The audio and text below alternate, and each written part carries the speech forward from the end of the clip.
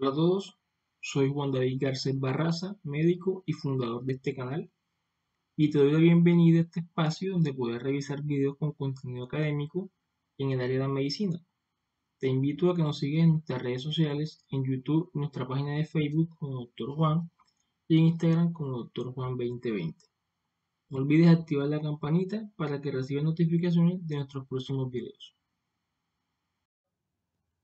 El día de hoy hablaremos de un tema que nos han pedido bastante en las historias, que es el de falla cardíaca aguda.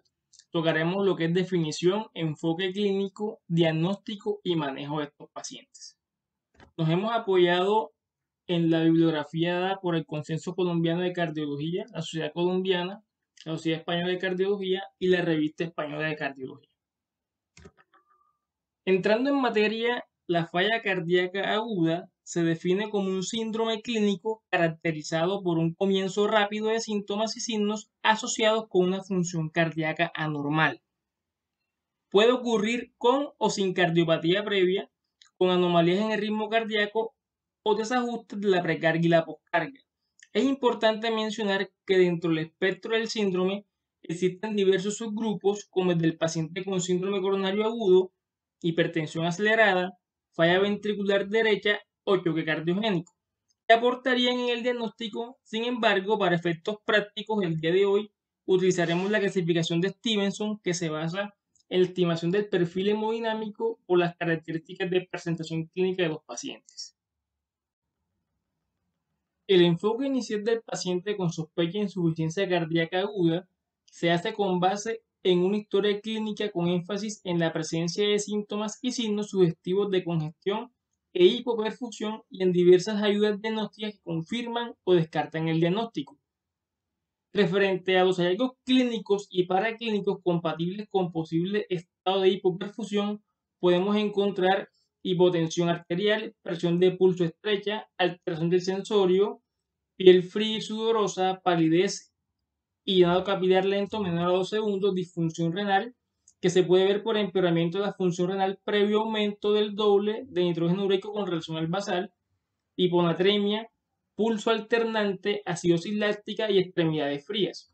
También la presencia de hallazgos clínicos compatibles con posible estado de congestión. Entre estos tenemos la ortopnea, la disnea paroxística nocturna, la ingurgitación yugular, el reflujo hepatoyugular, hepatomegalia y ascitis, crépitos pulmonares, S3 y OS4, y en algunos casos estos pueden estar acompañados de otros signos.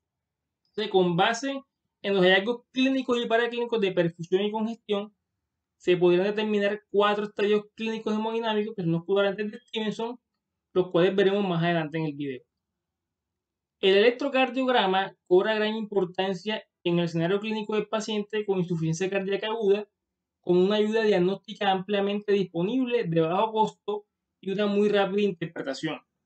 Un electrocardiograma sin alteraciones tiene alto valor predictivo negativo que hace poco probable el diagnóstico. Por el contrario, las anormalidades de ritmo o alteraciones electrocardiográficas sugieren un origen cardíaco de los síntomas. Los péptidos natriuréticos BNP y NT-proBNP, por sus siglas en inglés, son una ayuda importante cuando el diagnóstico de insuficiencia cardíaca es incierto. Su interpretación es de la siguiente manera: si yo tengo un BNP menor a 100 picogramos por mililitros o un NT-proBNP menor a 300, excluye el diagnóstico de insuficiencia cardíaca. Mientras tenga un BNP mayor a 300 picogramos por mililitros o un NT-proBNP mayor a 500, sugiere el diagnóstico de insuficiencia cardíaca. Por su parte, el ecocardiograma es la herramienta diagnóstica más útil, puesto que permite obtener en forma inmediata información sobre las cámaras ventriculares, su función tanto sistólica como diastólica, el engrosamiento de las paredes, las alteraciones de la contractilidad global y segmentaria y el estado de las válvulas cardíacas. El diagnóstico de insuficiencia cardíaca con función sistólica deprimida o preservada debe reunir varios criterios predeterminados, además de la FEBI, que es quizás lo que nos clasifica actualmente en deprimida menor a 40% y en preservada mayor a 40%. Adicional a la evaluación clínica inicial, es indispensable la identificación de posibles factores desencadenantes, ya que no corregirlos perpetuará el cuadro clínico y hará más difícil su tratamiento como tal. Entre los desencadenantes más frecuentes tenemos el abuso de ingesta de líquidos y sal, los pacientes que no tienen una adecuada adherencia a la medicación, los pacientes que tienen uso de medicación concomitante que descompensa una falla cardíaca, como por ejemplo los AINES, pacientes con enfermedad concurrente, como por ejemplo una infección respiratoria urinaria, pacientes que tengan descompensación de enfermedades crónicas de base como la diabetes, pacientes con abuso de alcohol o uso de medicación simpático-mimética, pacientes que tengan deterioro de la función renal, pacientes que tengan enfermedad coronaria o complicaciones mecánicas de un infarto, enfermedades valvulares como, por ejemplo, un empeoramiento, una estenosis, una insuficiencia valvular, una endocarditis, o otras enfermedades secundarias como una tirotoxicosis, una anemia, o por ejemplo, a nivel de alteración de ritmo, cualquier arritmia ventricular o auricular que le pueda manifestar o no una alteración en los signos como tal del corazón. Referente a la clasificación clínica y hemodinámica de los pacientes con falla cardíaca aguda, derivada de la presencia o no de signos de hipoperfusión o signos congestivos, Stevenson la clasifica en 4 estadios, que son el estadio A, que se determina por ser caliente y seco, que según la tabla de Stevenson es ese paciente que no tiene signos de hipoperfusión ni de congestión sistémica. Stevenson B, caliente y húmedo, que es el que no presenta signos de hipoperfusión, pero que sí presenta signos de congestión, entre los cuales podemos encontrar ortopnea, disnea paroxística nocturna, incurgitación yugular, ascitis, edema, entre otros. Stevenson C es ese paciente frío y húmedo, o sea, que va a presentar signos de baja perfusión y además de esos signos congestivos. Así que además de los signos que acabamos de mencionar anteriormente, también podemos evidenciar, por ejemplo, hiponatremia, somnolencia, presión de pulso estrecha, extremidades frías, llenado capilar lentecido, cirrosis láctica, entre otros. Y el Stevenson L, que la L realmente viene de la frase en inglés low profile, que significa perfil bajo, y este paciente tendría como característica ser frío y seco, o sea, que presenta signos de hipoperfusión, pero que no presenta signos de congestión. De acuerdo a los tratamientos según los cuadrantes de Stevenson, pues vemos que el Stevenson A es el paciente realmente que tiene un mejor pronóstico. Este paciente es el que catalogamos como caliente y seco, o sea que no tiene signos de hipoperfusión y tampoco tiene signos de congestión. Por lo tanto, este paciente es portador de una condición de insuficiencia cardíaca compensada y requiere vigilancia y educación para el control de factores desencadenantes y adherencia al tratamiento de insuficiencia cardíaca crónica con soporte en la evidencia. Muchas veces son estos pacientes que hacen una descompensación de su hipertensión, lo cual lo lleva a presentar signos como tal de falla cardíaca aguda. O sea, en resumidas cuentas, educación y control de factores desencadenantes para que tenga una mejor adherencia al tratamiento médico como tal. En el caso del estadio B de Stevenson, caliente y húmedo, lo primero que hay que determinar es la evidencia clínica de signos de congestión sin signos de hipoperfusión. El paso siguiente es la aplicación de los 5 ejes restantes de la evaluación clínica: presión arterial, frecuencia cardíaca, factores precipitantes, comorbilidades, condición de agudo de novo o falla cardíaca crónica agudamente descompensada, y después de eso determinar las estrategias terapéuticas integrales.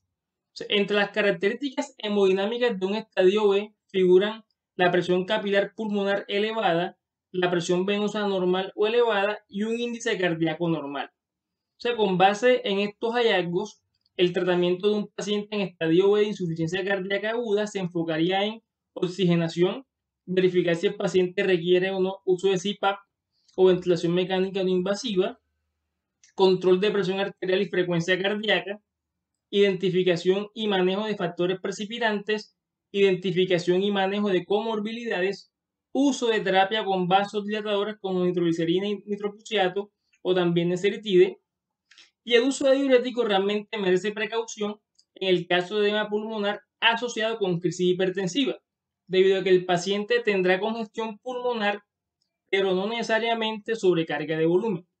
Por tanto, la respuesta podría ser adecuada solo con uso de vasodilatadores y considerarse una sola dosis de diuréticos de ASA.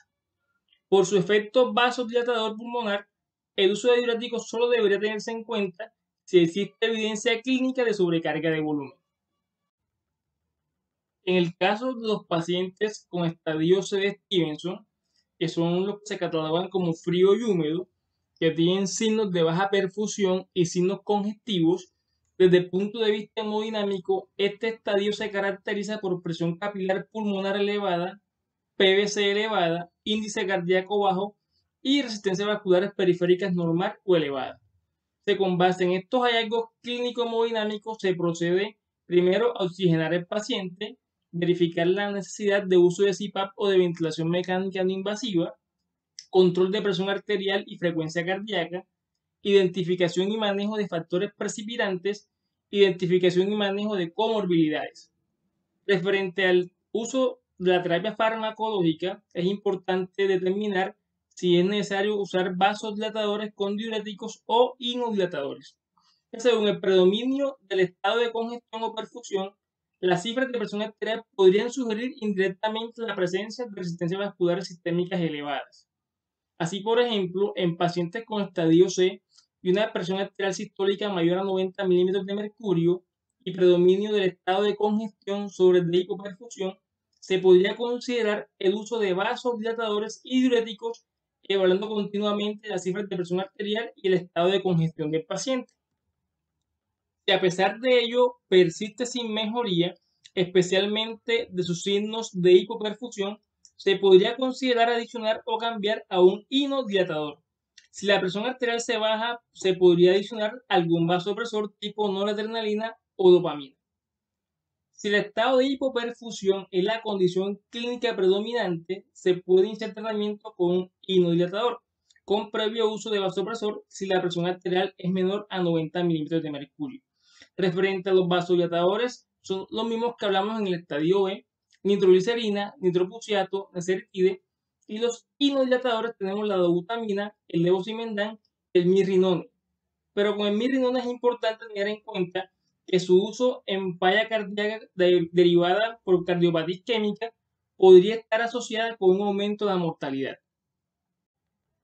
Por último, tenemos el Stevenson L, estadio L, que digamos, se caracteriza por ser frío y seco, o sea que no hay signos de congestión, pero sí hay signos marcados de hipoperfusión. Desde el punto de vista clínico y hemodinámico, este estado se caracteriza por disminución severa del índice cardíaco y una presión capilar pulmonar baja o normal, que podría reflejar un estado de hipovolemia severa asociado al bajo gasto cardíaco. En esta situación se podría considerar una prueba de volumen para determinar si hay mejoría clínica del gasto cardíaco. Si existen dudas o no hay respuesta a la estrategia de tratamiento inicial, se debería considerar la necesidad de implantar un catéter de arteria pulmonar para facilitar el manejo terapéutico dirigido con base en mediciones hemodinámicas directas. Si a pesar de la prueba de volumen, el paciente persiste hipotenso con presión sistólica menor a 90, se inicia manejo con un vasopresor tipo noradrenalina o en su defecto dopamina, y cuando la presión alcanza límites superiores a 90, se adiciona soporte inotrópico. Entonces, en resumidas cuentas, Stevenson nos facilita, de acuerdo a una buena clasificación, pues determinar la mejor estrategia terapéutica ante un paciente que tenga o no signos congestivos y signos de baja perfusión. Espero que te haya gustado este video de falla cardíaca aguda. Sigue conectado con nosotros. Espera próximos videos. Este fue un tema que ustedes mismos eligieron en las historias. Si quieres ver algún tema específico, escríbenos, déjanos en tu comentario el tema que quieres escuchar y nos vemos en un próximo video. No se olviden seguirnos tanto en YouTube como en Facebook como Dr. Juan y en Instagram como Dr. Juan 2020. Espera mañana también un nuevo caso clínico para la sesión máster de casos clínicos. Un abrazo.